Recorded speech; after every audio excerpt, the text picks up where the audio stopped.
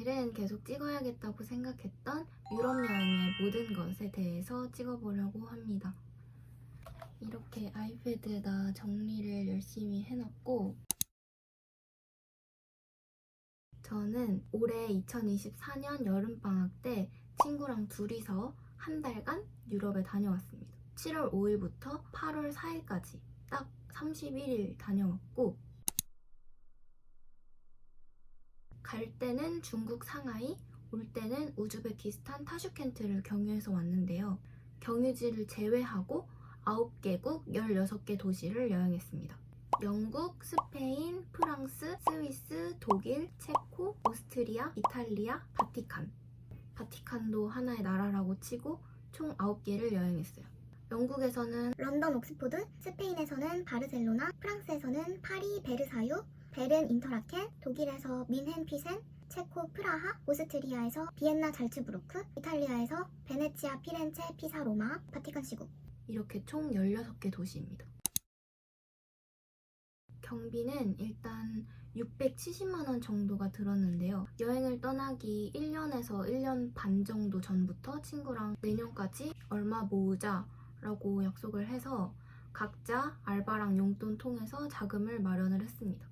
경비에 대해서는 비행기표, 이외 교통, 숙소, 환전, 그리고 기타 사용한 거에 대해서 말씀을 드릴게요. 비행기표는 135만 849원이 들었는데요. 저희는 비행기를 3번을 탔어요. 한국에서 영국에 가는 거, 영국에서 스페인에 가는 거, 그다음에 이탈리아에서 한국으로 돌아오는 거. 왕복 비행기 값은 총 117만 5천 원. 저희는 한국에서 영국에 갈 때 상하이를 경유하는 중국 동방항공을 탔고, 이탈리아에서 한국에 돌아올 때는 타슈켄트를 경유하는 우즈베키스탄 에어웨이스라는 걸 탔어요. 직항으로 가는 한국 항공이나 그런 거는 좀 비싸서 경유항공을 선택했습니다. 두 번째로 비행기표 외의 교통비인데요. 유레일이랑 버스를 이용했는데 이게 총 65만 원이 들었습니다. 유레일은 유레일 홈페이지에서 7회권을 구매를 했고 39만 3,900원이었습니다. 근데 유레일은 이용권을 구매를 하더라도 역마다 추가 예약을 필요로 하는 곳이 있어서 7회권 티켓 비용 이외에도 한 15만 원에서 20만 원 정도를 추가로 사용을 했다고 보시면 돼요. 버스는 오미오 어플을 이용해서 4개를 티켓을 구매를 했는데 독일 미넨에서 체코 프라하에 가는 거, 프라하에서 빈에 가는 거, 그리고 이탈리아 피사와 피렌체를 왔다 갔다 하는 거 해서 총 4개로 구매를 했습니다. 10만 원이었어요. 그리고 프랑스에서는 교통수단을 이용하려면 나비고 패스라는 카드를 사야 하는데요. 저희는 지하철 역무원한테서 2유로에 사서 그때그때 충전해서 사용했어요. 한 번 탈 때마다 2.15유로, 약 3,200원이었습니다. 그 다음은 숙소에 대해서인데 12개의 숙소를 예약을 했어요. 베네치아에서 묵을 숙소는 아고다라는 어플에서 예약을 했고 나머지 11곳은 모두 에어비앤비에서 예약을 했습니다. 인당 비용 총 184만 8,562원이 들었고요. 에어비앤비 굉장히 만족했습니다.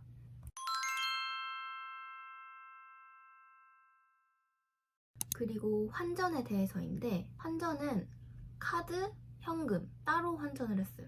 188만 5천 원 정도를 환전했습니다. 카드는 저는 우리은행의 위트레블 카드를 썼는데 우리은행 카드는 개인적으로 좀 문제가 있었거든요. 예를 들어서 체코 코로나 환전이 안 된다던가 스위스에서 결제 문제가 생겨서 전화했더니 이거는 본인들이 해결할 수 없는 문제라고 말씀을 하셔서 좀 애를 먹었다던가 그런 문제가 있었어서 미리 계획하실 나라에 돈으로 환전이 되는 카드인지 그리고 여러 가지 혜택들을 확인하셔서 카드를 선택하시면 될 것 같고 현금은 명동에서 한 2-3군데 정도 돌아다니면서 환전을 했습니다. 카드는 136만 4,900원 정도 총 환전을 했고 현금은 52만 원 환전을 해갔습니다. 그 다음으로 투어를 예약한 비용인데요.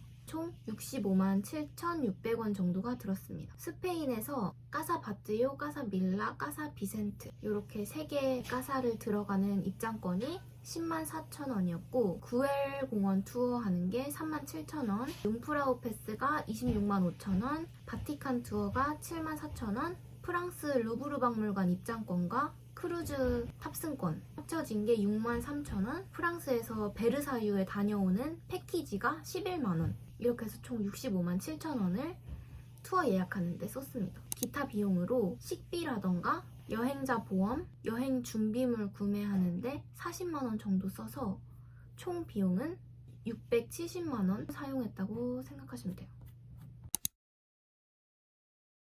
준비물에 대해서인데요. 일단 가방에 대해서 얘기하자면 저는 28인치 큰 캐리어 하나와 백팩 하나를 가져갔고 캐리어 안에 중간중간 사용할 작은 숄더백을 2개 정도 넣어서 가져갔어요. 백팩이 정말 유용했던 게 각 나라를 여행하면서 비행기나 기차, 버스 뭘 타도 일단 들고 탈 수 있고 겉옷이나 캐리어에 넣기 좀 애매한 물건들을 넣을 수 있어서 정말 좋았어요. 그리고 캐리어에 짐을 쌀 때는 다이소에서 파는 압축팩이 엄청 유용했어요. 두 번째로 옷에 대해서인데 7월 달에 한여름에 여행을 했기 때문에 더울 거라고 생각하고 스위스 융프라우에 올라가는 두꺼운 옷 제외하고는 다 얇은 여름 옷으로 준비를 했거든요. 근데 일교차가 되게 심하고 추운 지역들도 꽤 있었기 때문에 후리스랑 가디건 챙겨간 게 굉장히 유용했습니다. 그리고 융프라우에 갈 때나 밝은 지역에 있을 때 또는 낮에 이동하면서 기차나 버스에서 잘 때 선글라스가 엄청 유용했어요. 전자기기는 스위스, 영국, 이탈리아는 따로 어댑터를 사야 되는데요.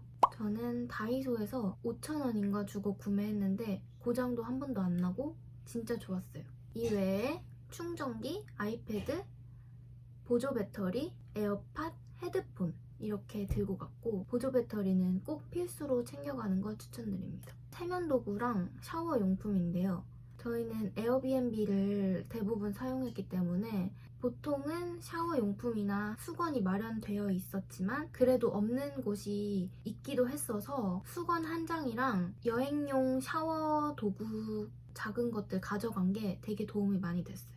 그리고 먹잇감, 저희는 쿠팡에서 컵밥 10개 세트로 돼 있는 거를 하나 샀고 너구리 5개, 불닭 5개 해서 컵라면 10종을 샀는데요. 유럽은 음식도 되게 느끼하고 물가도 비싸기 때문에 중간중간에 먹기에 정말 좋았습니다. 일회용 수저나 젓가락 꼭 챙겨가셔야 됩니다. 생리통약이랑 소화제, 푸시딘, 밴드 이렇게 비상약을 챙겨갔는데 한 번도 아프지 않았기 때문에 약은 한 번도 먹지 않았습니다. 근데 중간중간 여행을 하다 보면 면역력이 되게 많이 떨어져서 혓바늘 나고 머리 아프고 그랬던 적이 있어서 비타민을 꼭 챙겨가시는 거 추천드려요.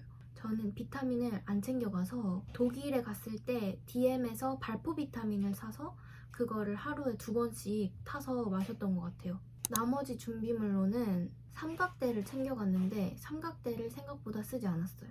유럽은 소매치기가 심하다고 해서 휴대폰을 계속 다이소에서 산 스프링이나 목걸이에 묶어서 사용을 했는데 삼각대에 휴대폰을 고정하고 멀리 떨어져서 사진을 찍기가 조금 불안하기도 해서 잘 안 사용했습니다. 영국이나 독일, 프랑스 같은 경우에는 비가 좀 자주 오기 때문에 우산이랑 우비를 필수로 가지고 다녔고 작은 물티슈나 다이소에서 산 포켓 휴지가 엄청 유용했습니다. 중간중간 이동하면서 잘 때 쿠팡에서 산 바람 넣었다 뺐다 할 수 있는 목베개가 엄청 유용했고요. 아까도 말했듯이 압축백이 진짜 잘 사용을 했습니다. 마지막으로 경유에 대해서인데요. 저희는 처음에 단순하게 경비를 아끼기 위해서 경유 비행기를 선택을 했어요. 갈 때는 중국 상하이를 들려서 가는 중국 동방항공을 이용했고 올 때는 우즈베키스탄 타슈켄트를 경유해서 오는 우즈베키스탄 에어웨이스를 탔어요. 그래서 갈 때는 중국에서 5시간 경유를 해서 갔고 올 때는 타슈켄트에서 16시간 경유를 했는데요. 처음에는 단순하게 돈을 아끼기 위해서 이런 선택을 한 거지만 막상 다녀와 보니까 물론 짧은 시간이었지만 외출을 해서 여행을 했거든요. 그래서 배운 것도 정말 많고 이런 우여곡절을 겪으면서 되게 뜻깊고 가치 있는 경험을 한 것 같아서 다시 돌아간다고 해도 경유하는 비행기를 선택할 것 같아요. 생각이 든 게 지금은 돈이 조금 부족한 상태이지만 체력이 빵빵해서 나중에 지금에 비해서 나이가 좀 들었을 때 그때는 재정적으로 여유가 있지만 체력이 지금보다는 약한 상태일 거잖아요. 그래서 지금의 상황과 여건에 맞게 경유 비행기를 선택해서 다녀온 게 정말 잘한 선택이라고 생각합니다. 이렇게 장기적으로 친구랑 둘이서 여행을 떠나본 적도 없고 뭐 유럽 소매치기다 뭐다 말이 많아서 되게 겁을 많이 먹었었는데 생각보다 안전한 곳으로만 다니면 그렇게 크게 걱정할 것도 없고 다녀와서 용기도 많이 생기고 뭐든 할 수 있을 것만 같은 그런 느낌이 들게 한 유럽 여행이었습니다. 그럼 안녕.